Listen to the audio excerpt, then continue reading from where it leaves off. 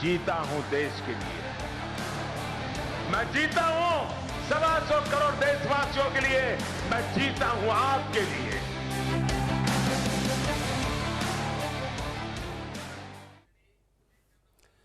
नमस्कार, मैं हूं संतोष चौधरी। नायक से महानायक बनने का सफर कैसे शुरुआत हुई, 75 उन कहानियों के साथ हम आपके सामने हाजिर हैं।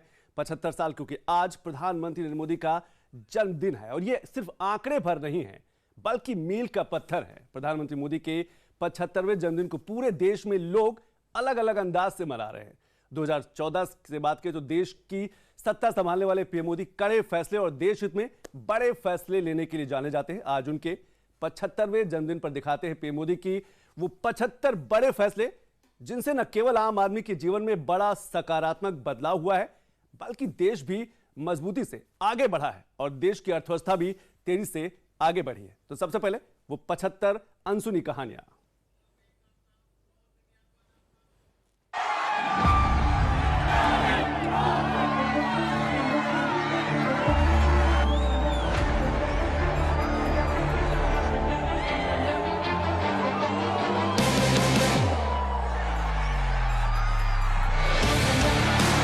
मैं जीता हूं देश के लिए, मैं जीता हूं 125 करोड़ देशवासियों के लिए, मैं जीता हूं आपके लिए।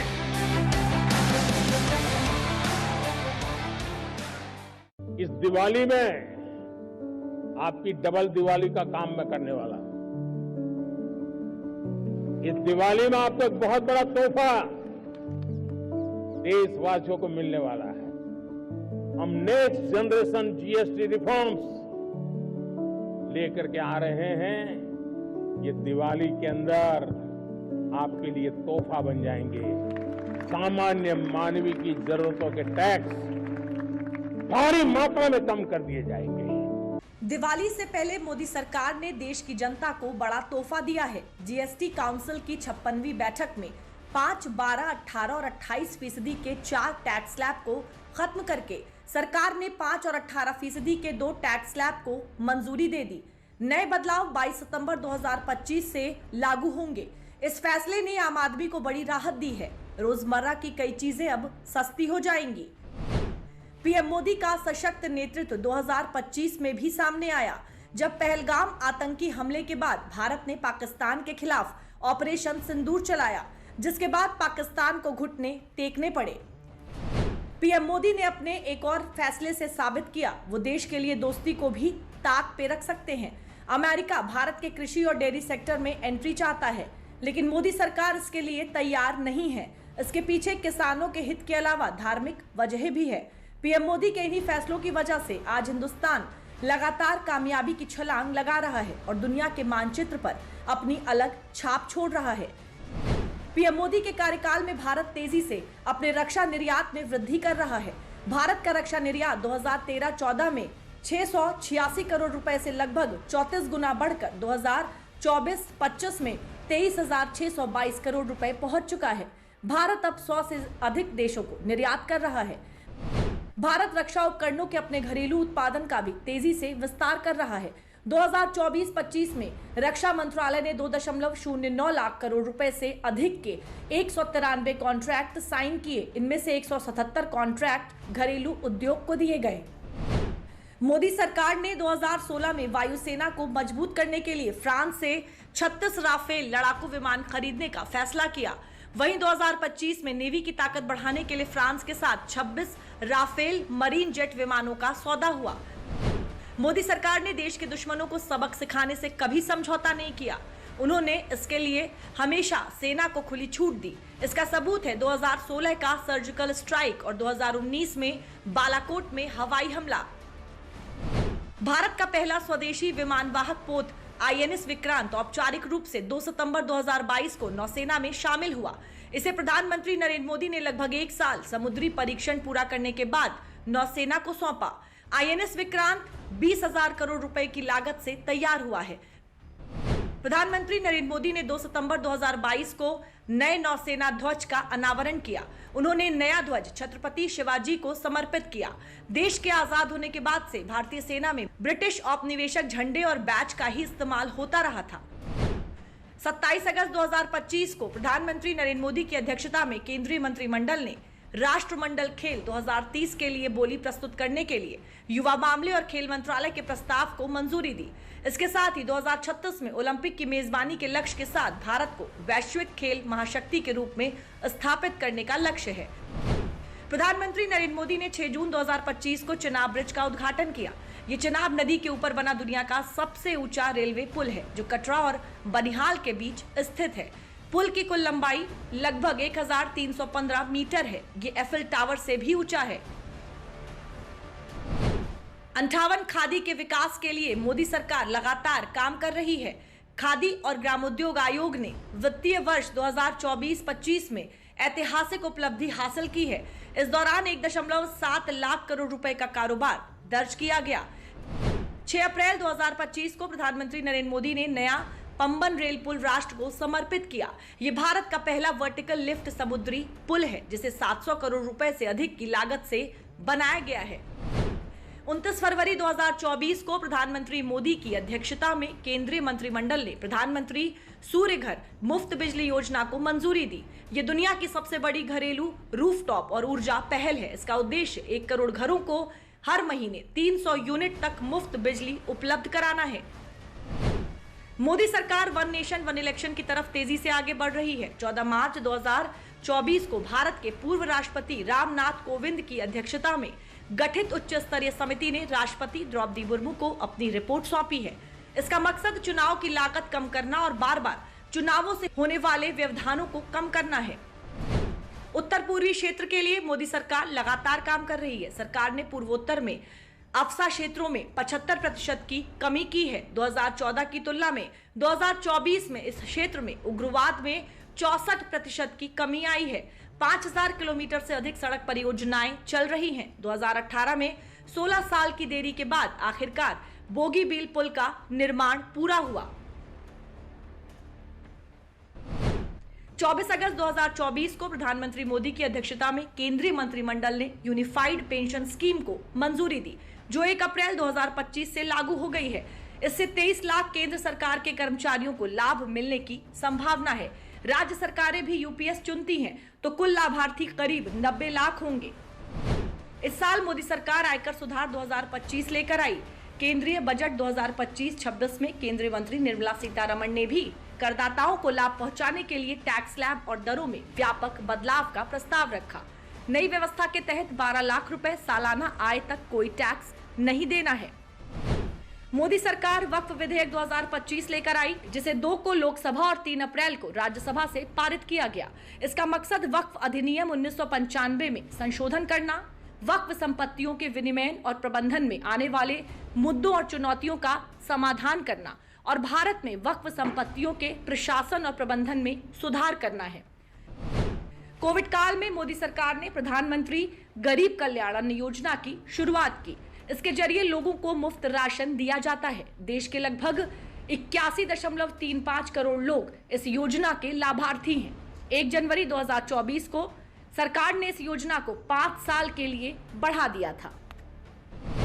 कोरोना संकट के दौरान मोदी सरकार ने राष्ट्रीय कोविड-19 टीकाकरण कार्यक्रम की शुरुआत की। सीरम इंस्टीट्यूट और भारत बायोटेक जैसी भारतीय कंपनियों ने टीकों का निर्माण और आपूर्ति की।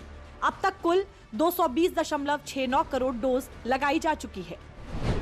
28 अगस्त 2014 में मोदी सरकार जनधन योजना लेकर आई।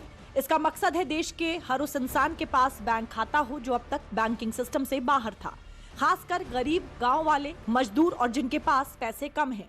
इसके तहत जीरो बैलेंस खाता खोला जा सकता है। 55.9 करोड़ लोग इस योजना का फायदा उठा चुके हैं। मोदी सरकार 8 अप्रैल 2015 को मुद्रा योजना लेकर आई। इसके तहत गैर कॉरपोरेट, गैर कृषि, लघु सूक्ष्म उद्योगों को 20 लाख रुपए तक कर्ज दिया जाता है। अब तक 52 करोड़ से अधिक लाभार्थियों को 32.61 लाख करोड़ रुपए का कर्ज दिया जा चुका है। अगस्त 2019 से केंद्र सरकार राज्यों के साथ साझेदारी में देश के हर ग्रामीण परिवार को पीने योग्य नल जल आपूर्ति सुनिश्चित करने के लिए जल जीवन मिशन चला रही है। इस मिशन के जरिए 12.45 करोड़ परिवारों को पानी कनेक्शन उपलब्ध कराया गया है। अन्नदाता के लिए सरकार किसान सम्मान निधि योजना लेकर आई। इसके जरिए पूरे भारत में छोटे और सीमांत किसानों को वित्तीय सहायता दी जाती है। पात्र किसानों को 3 समान किस्तों में सालाना 6,000 रुपए सीधे उनके बैंक खातों में मिलते हैं।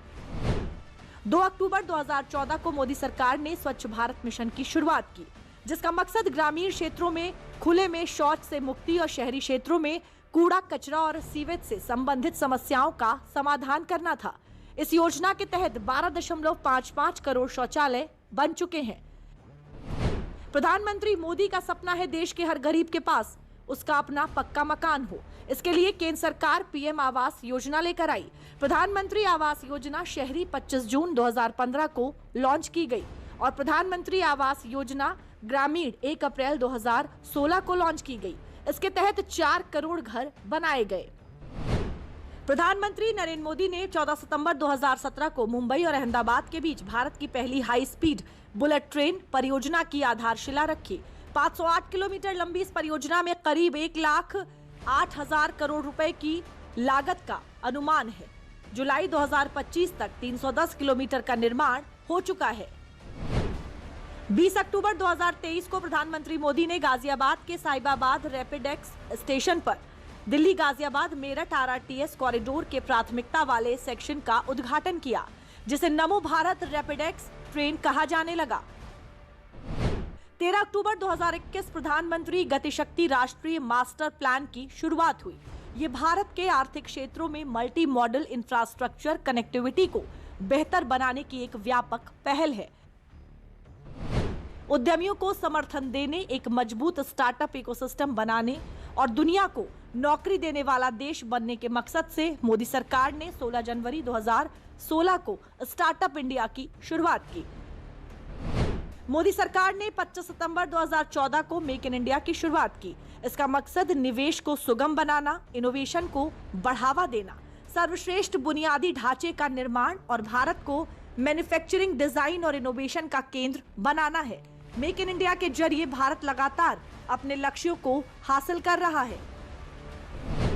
15 जुलाई 2015 को मोदी सरकार ने कौशल भारत मिशन की शुरुआत की। इसका उद्देश्य प्रधानमंत्री कौशल विकास योजना और जन शिक्षण संस्थान जैसे कार्यक्रमों की मदद से युवाओं को उद्योग संबंधित कौशल प्रदान करना है। PMKVY के तहत 1.63 करोड़ से अधिक उम्मीदवारों को मैन्युफैक्चरिंग, निर्माण, स्वास्थ्य सेवा, IT, इलेक्ट्रॉनिक्स, खुदरा जैसे क्षेत्रों में प्रशिक्षित किया गया है। मोदी सरकार ने जम्मू कश्मीर से आर्टिकल 370 को खत्म किया। 5 से 6 अगस्त 2019 को संसद ने आर्टिकल 370 को निरस्त करने के प्रस्ताव को मंजूरी दी, जिसके बाद राज्य को 2 केंद्र शासित प्रदेशों जम्मू कश्मीर और लद्दाख में विभाजित कर दिया गया।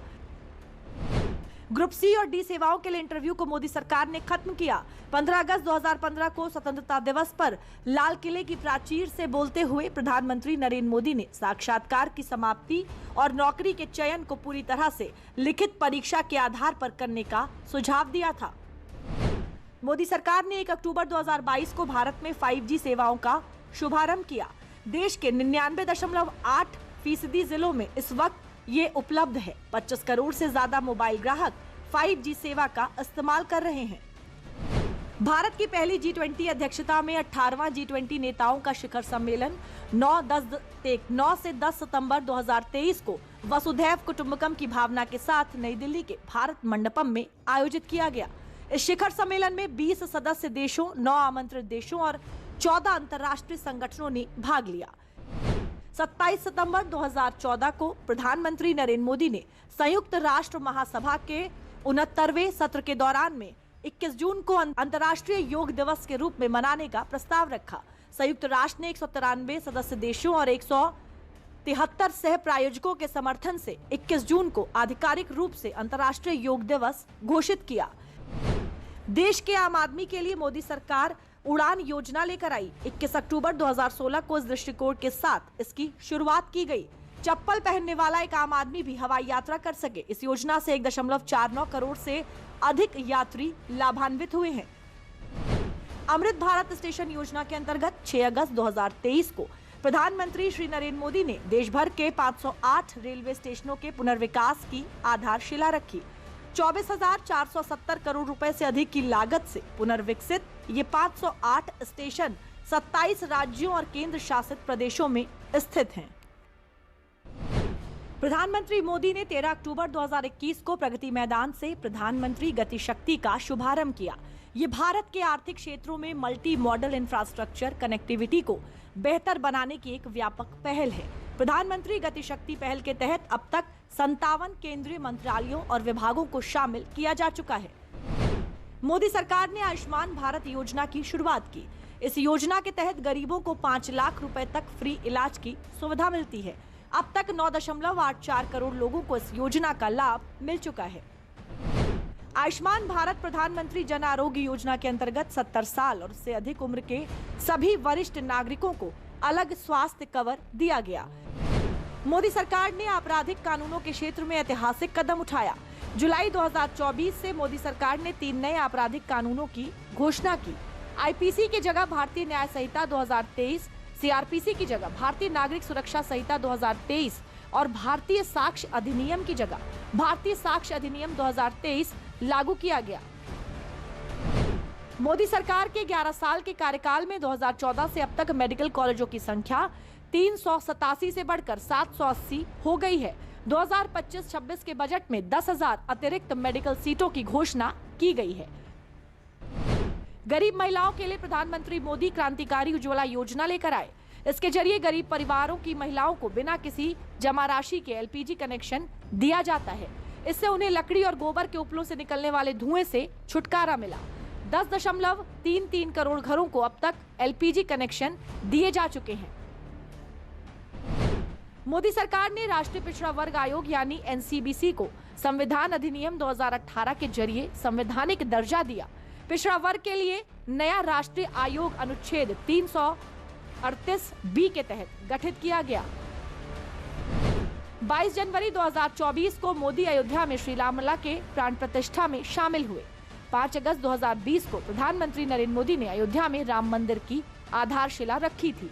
9 नवंबर 2019 को सर्वोच्च न्यायालय ने अयोध्या में विवादित भूमि का स्वामित्व भगवान श्री राम विराजमान को सौंप दिया था। प्रधानमंत्री नरेंद्र मोदी ने 31 अक्टूबर 2018 को विश्व की सबसे ऊंची प्रतिमा स्टैचू ऑफ यूनिटी राष्ट्र को समर्पित की। गुजरात के नर्मदा जिले के केवड़िया में सरदार वल्लभ भाई पटेल की 182 मीटर ऊंची प्रतिमा उनकी जयंती पर राष्ट्र को समर्पित की गई।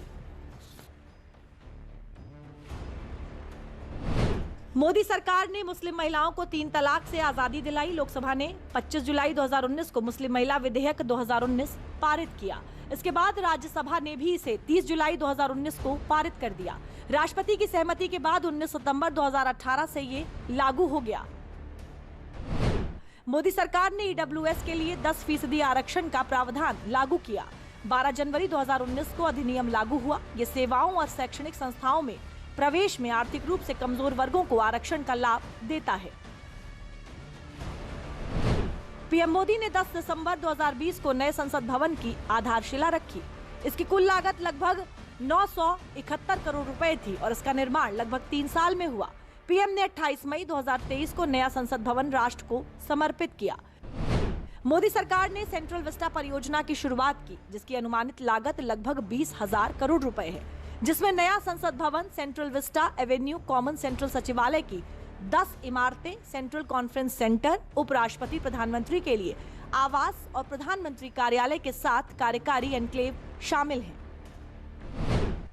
पीएम मोदी का एक बड़ा फैसला गगनयान परियोजना भी है, जिसका मकसद भारतीय मानव अंतरिक्ष कार्यक्रम स्थापित करना है। गगनयान कार्यक्रम की कुल लागत लगभग 20,193 करोड़ है। जुलाई 2015 में प्रधानमंत्री नरेंद्र मोदी ने डिजिटल इंडिया की शुरुआत की। इस योजना का मकसद हर भारतीय के जीवन को आसान बनाने के लिए तकनीक का उपयोग करना है।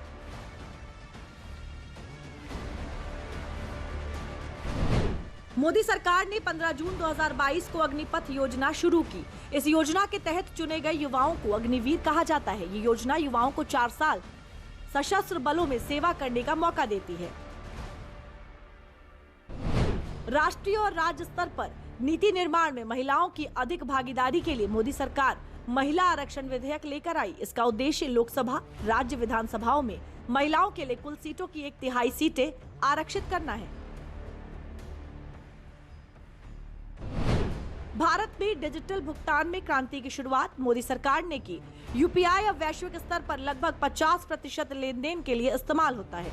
भारत में सभी डिजिटल लेन देन में यूपीआई का योगदान 85% है।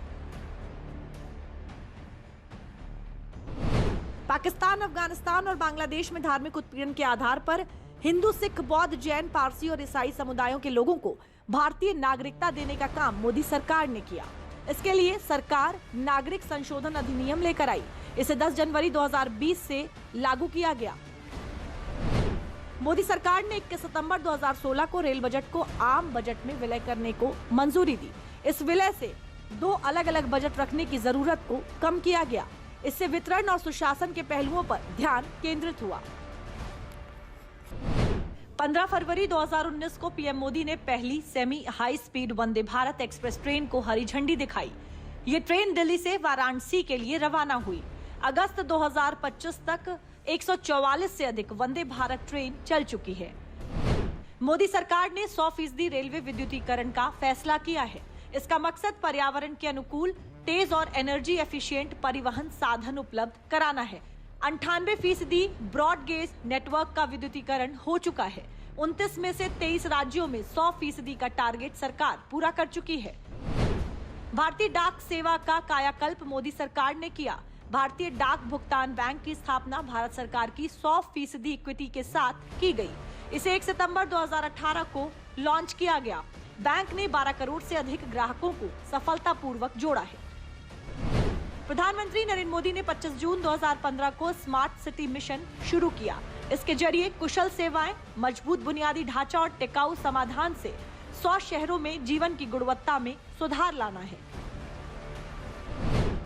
मोदी सरकार की इच्छा शक्ति की बदौलत भारतीय रेलवे ने 7 अप्रैल 2014 को तब इतिहास रचा जब पहली यात्री ट्रेन नाहरलागुन तक चली। इस तरह अरुणाचल प्रदेश की राजधानी ईटानगर भारत के रेलवे मानचित्र पर आ गई। प्रधानमंत्री मोदी ने देश की जनता से मन की बात करने का फैसला लिया। मोदी हर महीने की आखिरी रविवार को रेडियो के जरिए राष्ट्र के साथ संवाद करते हैं। इस दौरान वो अलग अलग विषयों पर अपने विचार और दृष्टिकोण साझा करते हैं। प्रधानमंत्री मोदी ने 9 नवंबर 2019 को पंजाब के गुरदासपुर स्थित डेरा बाबा नानक में करतारपुर कॉरिडोर की एकीकृत चेक पोस्ट का उद्घाटन किया। इससे भारतीय तीर्थयात्रियों को पाकिस्तान स्थित गुरुद्वारा करतारपुर साहिब के दर्शन करने में सुविधा हुई। 17 सितंबर 2023 को पीएम मोदी ने पीएम विश्वकर्मा योजना की शुरुआत की। इस योजना का उद्देश्य 18 व्यवसायों के कारीगरों और शिल्पकारों को सहायता प्रदान करना है जो अपने हाथों और औजारों से काम करते हैं। मोदी सरकार ने 22 जनवरी 2015 को बेटी बचाओ बेटी पढ़ाओ अभियान की शुरुआत की। इसका उद्देश्य महिला पुरुष के आधार पर भेदभाव को रोकना, बालिकाओं के अस्तित्व तथा सुरक्षा को सुनिश्चित करना और बालिकाओं की शिक्षा सुनिश्चित करना है। पश्चिम बंगाल को छोड़कर इसे देश के सभी जिलों में चलाया जा रहा है। प्रधानमंत्री सहज बिजली हर घर योजना अक्टूबर 2017 में शुरू की गई थी। देश के ग्रामीण क्षेत्रों में सभी घरों और शहरी क्षेत्रों में सभी गरीब परिवारों को बिजली कनेक्शन प्रदान करना इसका मकसद है। योजना अवधि के दौरान लगभग 2.86 करोड़ घरों का विद्युतीकरण किया गया है। मोदी सरकार आम लोगों को महंगी दवाएं कम दाम में देने का काम कर रही है। इसके लिए प्रधानमंत्री भारतीय जन औषधि परियोजना चलाई जा रही है। देश भर में 16,912 से ज्यादा जन औषधि केंद्र कार्यरत हैं। इसमें 2,110 से ज्यादा दवाएं और 315 सर्जिकल उपकरण उपलब्ध हैं। प्रधानमंत्री सुरक्षा बीमा योजना की शुरुआत 9 मई 2015 को की गई। ये योजना दुर्घटना के कारण मृत्यु या विकलांगता के लिए 2 लाख रुपए का कवरेज प्रदान करती है। 18 से 70 साल के व्यक्ति इसके लिए आवेदन कर सकते हैं। इसका प्रीमियम प्रति सदस्य केवल 20 रुपए प्रति वर्ष है। 29 अगस्त 2019 को नई दिल्ली में प्रधानमंत्री मोदी ने फिट इंडिया मूवमेंट का शुभारंभ किया। इसका मकसद फिटनेस को जीवन का अभिन्न अंग बनाना, व्यवहार में बदलाव लाना और अधिक शारीरिक रूप से सक्रिय जीवन शैली अपनाना है।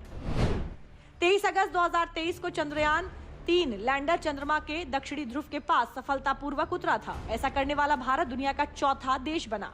पीएम मोदी ने इस ऐतिहासिक दिन को राष्ट्रीय अंतरिक्ष दिवस के रूप में मनाने का फैसला किया। पेंशन लाभों में लंबे समय से चली आ रही असमानताओं को दूर करने के लिए मोदी सरकार ने वन रैंक वन पेंशन योजना शुरू की। योजना से 25 लाख से अधिक पूर्व सैनिकों और उनके परिवारों को फायदा हुआ।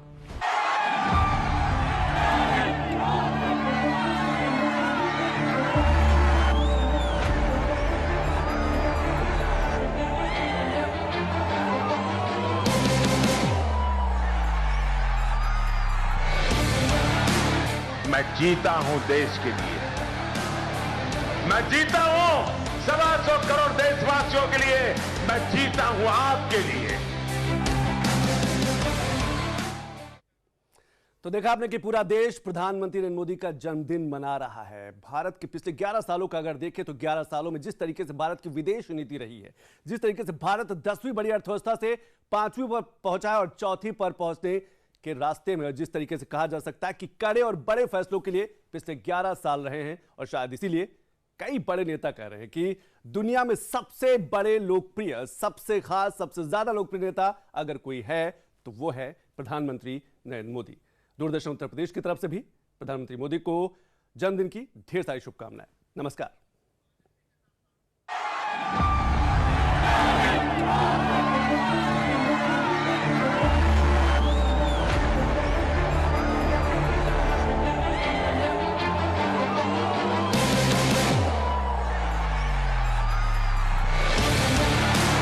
मैं जीता हूं देश के लिए, मैं जीता हूं 125 करोड़ देशवासियों के लिए, मैं जीता हूं आपके लिए।